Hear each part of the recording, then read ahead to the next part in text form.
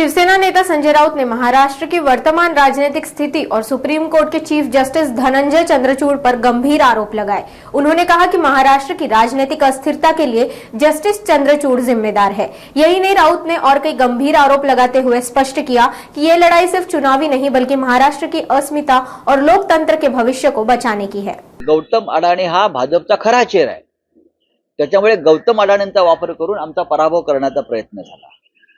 अमेरिकेमध्ये अटक वॉरंट निघतात अडाणींना, महाराष्ट्रामध्ये अडाणींचा पक्ष विजयी व्हावा किंवा अडाणींची भूमिका विजयी व्हावी। मग धारावी असेल, मुंबईचे भूखंडाचा जो विषय आहे तो, म्हणजे ते दाखवतायत की महाराष्ट्रामध्ये अडाणीला पाठिंबा आहे।